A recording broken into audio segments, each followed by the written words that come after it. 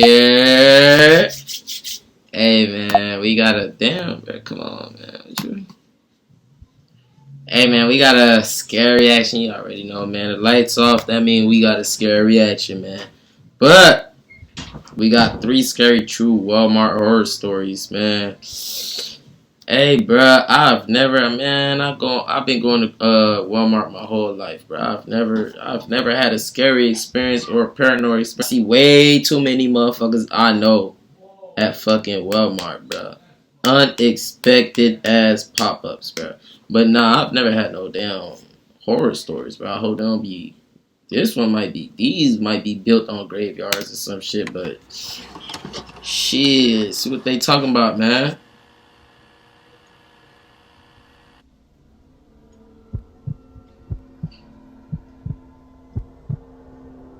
I used to work at a Walmart.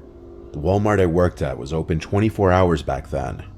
Due to my kid's school schedule, I would work overnight shifts so that I would be available to drop him off and pick him up. I would do a 10 p.m. to 7 a.m. shift every night. During the day I'd sleep, take care of my son, and work my second job some days. I was exhausted a lot during this time in my life. It wasn't a great time. I had to do what I could to cover rent though. This Walmart was one of the bigger ones. It was a super center, not just a grocery store, so it had everything. It was one of the few open 24 hours around here. I think COVID changed that though. Yeah, COVID When I got there around 10 this one cold night, there was still a decent amount of shoppers in the store. A lot of people would come in for some late night shopping.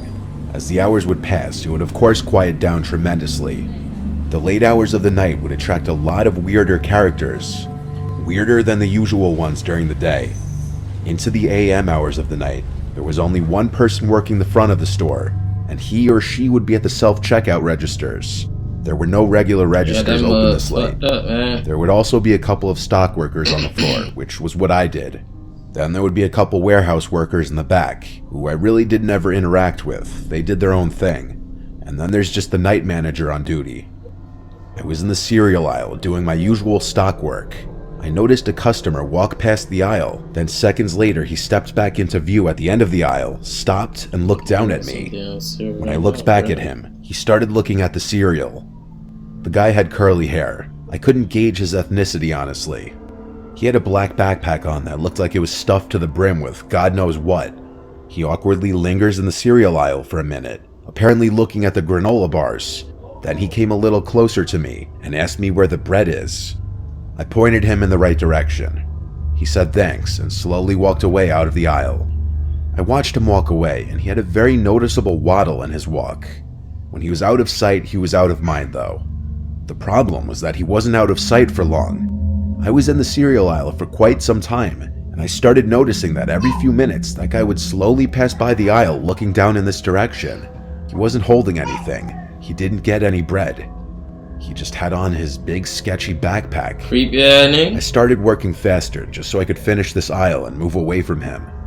When I was done, I brought the empty U-boat platform back to the warehouse, where I grabbed another U-boat full of boxes ready to stock. I purposely picked an aisle far away from the cereal aisle. I was now in the chips aisle. This is also about 45 minutes after initial contact with that guy, so there should have been no way he was still here. But I was wrong. He found me. I was rotating the newer bags of chips behind the older ones on the shelf, and then I looked to my right, and that guy was at the end of the aisle, creeping again. He still had nothing in his hands. This man had been creeping around the store for almost an hour. He then finally approached me as I was dreading he would. I tried to look away until he started to speak. I don't remember word for word what he said, but basically, he said that he's been checking me out, and he couldn't resist coming up to me telling me how beautiful I am. I responded as politely as I could. I did a fake little laugh and said, "No, thank you, that's very sweet." He didn't stop there though. He asked a bunch of personal questions like where I'm from. I gave fake answers to everything. This guy absolutely reeked, and his breath was awful. I was genuinely repulsed. Bro trying to shoot his shot, but he asked for my number, and I said I'm seeing someone. He said there's nothing wrong with us just being friends. To get him to leave me alone, I gave him a fake number.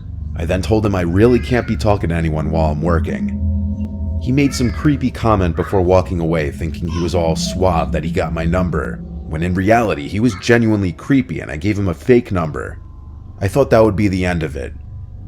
Hours went by and time felt like it was going in reverse. I wanted to go home. Then the only other stock worker on the job at that hour suddenly walkie-talkied me, saying there's some creepy looking guy asking for me. I said oh no, and then told her to tell him I left. I then basically made a beeline for the employee lounge, where I planned on hiding for a while. I made it to the lounge and then sat in one of the seats.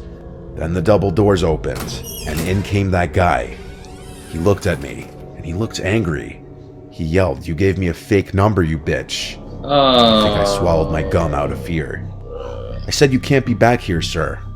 He then took off his backpack and plopped it on the table next to mine.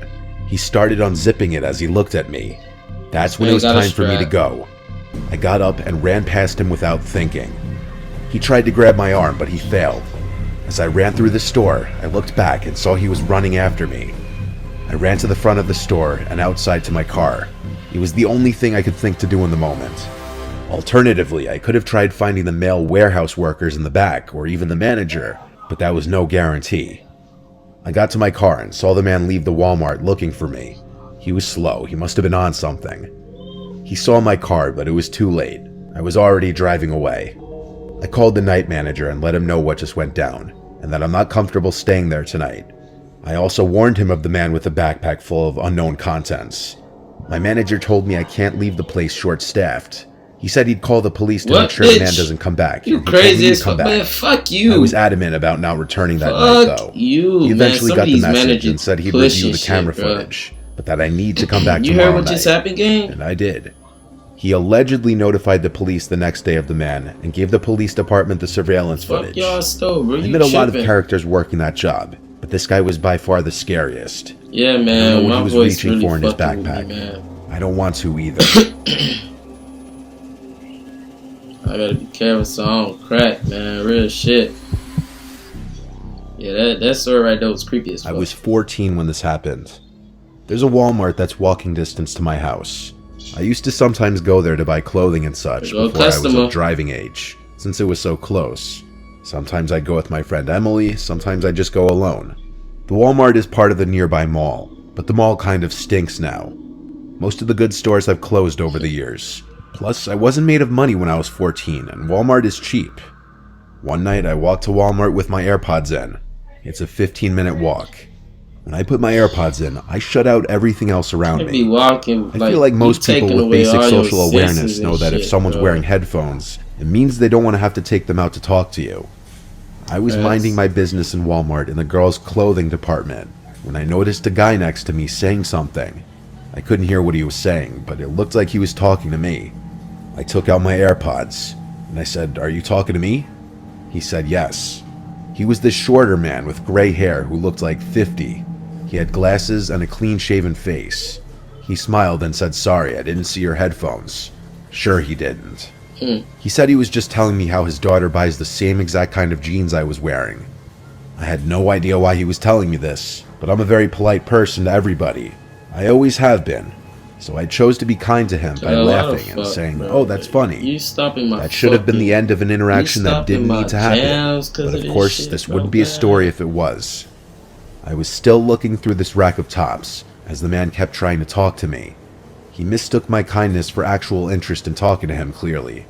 He asked my age, and I said 14, and his response was unsettling. I forgot He basically said, "Oh, what a great age. So mature, but still so young." He asked my name. For some reason, I actually gave him my real name. And his response to my name was, "Wow, that's my favorite name for a girl."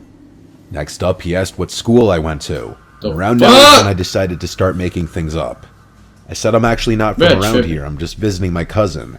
He couldn't let it go, though, and he persisted, asking where I'm from. Just walk away, bro. I said I'm from out of state. Stay in sight. Well, not then he said, "I've seen you around here before." Stay in sight of everybody around here.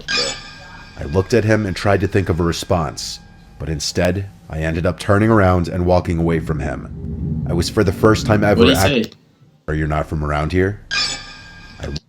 He said, "I've seen you around here before. Are you sure you're not from around here?"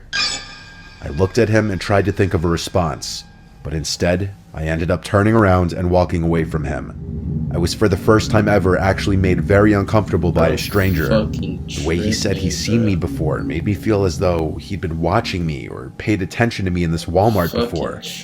I went to buy the jeans I was holding at the front of the Walmart. Then I walked through the store to enter the mall. It was November or December, and they had just put up the Christmas decorations, so I wanted to walk through. And I also wanted to see if any new stores opened, since my shopping in Walmart was cut short. I walked through the mall with really nothing catching my eye.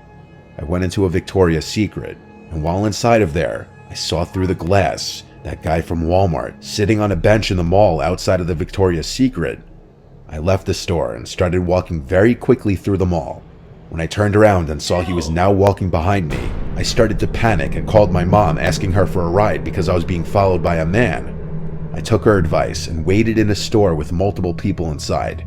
He came to the entrance of the store, and he creepily said my name in this way that he clearly didn't want a lot of people to hear him. I started to feel sick. I went to the cashier and said this man is following me. I don't know him. Some customers overheard and looked over, and the man clearly noticed and started walking away into the mall. The cashier, who was probably only 20 years old herself, sympathized with me. A couple even came over and said they'd wait with me until my mom got here. My mom came into the mall eventually, and I left with her, thanking the couple who waited with me. I didn't go to the mall or that Walmart alone anymore. I didn't even go back with friends for a long time either. I hope that guy got caught being a creep and has been taken off the streets. Better tell you, bro. There should be cameras all in that bitch, bro.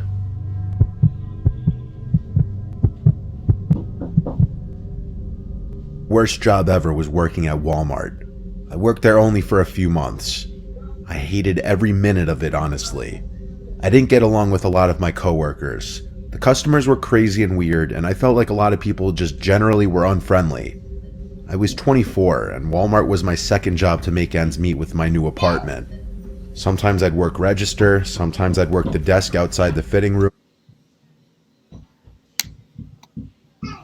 and sometimes I'd work general sales associate. On this day, I was a general associate, walking around the place assisting customers and straightening things on the shelves. I interacted with a bunch of people that day. I still remember dealing with some of the dumbest customers I'd ever had the displeasure of interacting with, like that, bro. And nothing could have prepared me for who I was going to run into that day. I got a random pat on the back. I turned around to see my ex-girlfriend, Casey. She looked super happy to see me and went in for a hug. I was surprised because she didn't live anywhere near here. I asked what brought her here, and she said she heard through a mutual friend that I started working here recently. Casey and I did not leave off on good terms at all. She had been harassing me for a while since I had broken up with her, and I had to end up blocking her on everything to get her to stop. She was insanely controlling throughout our relationship, and downright obsessive, bipolar, and paranoid. And after I ended things with her, she wouldn't stop trying to contact me and meet up with me to talk things out, even though we had talked things out multiple times. She even left multiple voicemails crying. I take no joy in any of that. I don't say any of this to belittle her or make a joke of mental illness, but she has issues, and I came to learn that. And I had to tell her multiple times her behavior is not normal. He said it. Her finding out I got this job and coming to my place of work, I was not okay with. Even though I hugged her back and was cordial at first in this interaction, I eventually cut the crap and said, "Why are you here?" The fake friendliness stopped here on both sides. Her face got more serious, and she started telling me that it's really messed up that I block her out of my life like this. I told her this is the exact kind of behavior that made me block her. Showing up to my job is not normal. Then I started asking her which mutual friend told her that I worked here.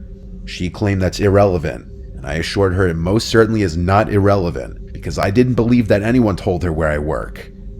I had broken up with Casey many months ago. She should have had no way of knowing about my new job or apartment, and I was confident none of my friends were even in contact with her anymore. I told her I'm seeing someone else now. I have to get back to work. Please leave and don't contact me again. She refused to leave, so I simply just started walking away to an employees only area. She didn't follow me back there. It was at this moment I actually started considering trying to get a restraining order.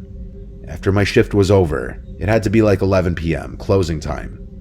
I left the store and went straight home. Tripping, Shotty. My roommate was home. His car was in the driveway. I parked next to him and went inside. I went straight to the kitchen to make myself a late dinner, as I always would after closing shifts. I microwaved some frozen meal and went to the living room to play video games. For a while, this was my only time to unwind and do what I wanted. I played for maybe an hour, then went to bed. I woke up not long after falling asleep. I thought I heard something. I looked up and realized my bedroom door was open. I definitely did not do that. My roommate Paul goes to bed really early because he works early, and there's no chance he'd just get up and randomly open my door. I got up and walked out into the living room. I turned on a lamp and looked around the place. I went over to the front door, and it was unlocked. What the hell was going on? I was thinking, did Paul leave? I looked out the window and saw that his car was still there. I locked the front door. Then I went to his bedroom door and tried opening it. It was locked. I knocked on the door lightly once, and he didn't respond, so he was asleep. I was genuinely confused. I went out front and looked under the pot where we kept a hidden spare key. It wasn't there. My heart was in my throat at this point. The only person in this world besides Paul and my family who knows that I like to hide a spare key outside is Casey. I checked at least 5 times under the pot, even checking the surrounding area on the chance that maybe it was kicked out of place or something. I went back inside the house and shut the front door. I went to the knife holder in the kitchen, and the biggest knife was missing. My phone was still in my bedroom. I had to be smart about this. I tiptoed to my bedroom door until I was close enough to grab the doorknob as fast as I could and slam it shut from the outside. I screamed as there were suddenly bangs on the bedroom door from the other side, along with Casey's voice saying, "I'm sorry, let's talk." I held the door closed with all my might as she kept trying to pull it open. Paul called the police as I held the door. After a few minutes of this, Casey stopped trying to pull the door open, and she was hysterically crying on the other side of the door. Finally, the police arrived and came inside. I moved away from the door, and the officers made sure Casey dropped the knife before she came out.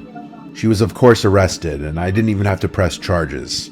She was charged by the state for, I believe, burglary in the 2nd degree, and she's currently serving a pretty lengthy prison term for this. I'm honestly shocked she didn't get charged for attempted murder. It's a sick situation all around. I don't know when she'll be out. I'll have been long moved out of this place by then. Bro. My biggest regret is not catching the red flags with her early on. Gotta get away from them types, bro. I swear you do. Swear. Hey, man, thanks for watching, man. If y'all do fuck with... Hey, remember, bro. Tell me which one of these stories was the craziest to y'all in the comment section. But if y'all do fuck with content like this, man, you already know, man. Like, comment, subscribe, turn that post notification bell on, man.